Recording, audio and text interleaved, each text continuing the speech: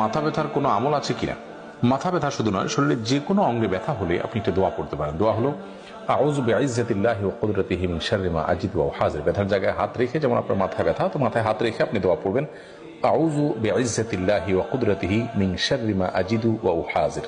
দোয়াটি ভাষ্যে কিছুটা ভিন্নতাও আছে, কোনো কোনো বর্ণায়, যেটি বলেছি এটিও একটি বর্ণায় আছে, অথবা আপনি এটি পড়তে পারেন আউযু বিইজ্জাতিল্লাহি ওয়া কুদরাতিহি, অর্থাৎ আল্লাহর ইজ্জত, আল্লাহর সম্মান এবং আল্লাহর কুদরতের মাধ্যমে আমি আশ্রয় প্রার্থনা করি মিন শাররি মা আজিদু ওয়া উহাযির, আমি যে কষ্ট অনুভব করছি এটির ক্ষতি থেকে, অনিষ্ট থেকে আল্লাহর কাছে আশ্রয় চাচ্ছি।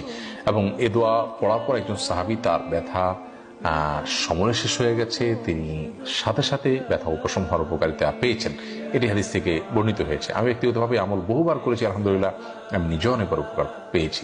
কখনো যদি উপকারিতা আমরা না পাই, তাহলে সেক্ষেত্রে আমার কোনো ত্রুটির কারণে সেটি হচ্ছে না, হাদিসে বর্ণনা কখনো ভুল বা মিথ্যা নয়।